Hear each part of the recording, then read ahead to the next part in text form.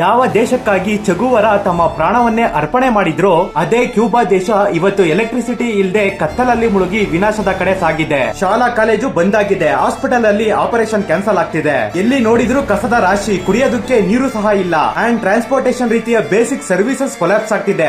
ಇದಕ್ಕೆಲ್ಲ ಕಾರಣ ಅಮೆರಿಕ. ನೋಡಿ, ಕ್ಯೂಬಾ ಒಂದು oil dependent country. 80% power generation oil ಇಂದ ಆಗುತ್ತೆ. ಕಳೆದ 3 ತಿಂಗಳಿನಿಂದ ಒಂದೇ ಒಂದು ಕ್ರೂಡ್ ಆಯಿಲ್ ಶಿಪ್ಮೆಂಟ್ ಕೂಡ ಕ್ಯೂಬಾಗೆ ತಲುಪಿಲ್ಲ.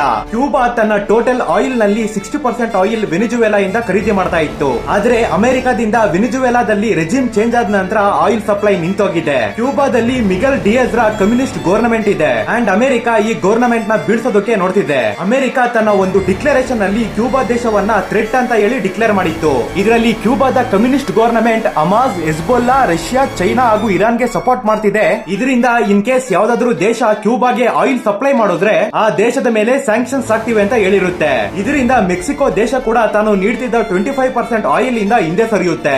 ಅಂಡ್ ಆಯಿಲ್ ಸಪ್ಲೈ ನಿಂತೋಗಿರೋ ಕಾರಣ ಕ್ಯೂಬಾದ ಪರಿಸ್ಥಿತಿ ತುಂಬಾ ಹಾಳಾಗಿದೆ.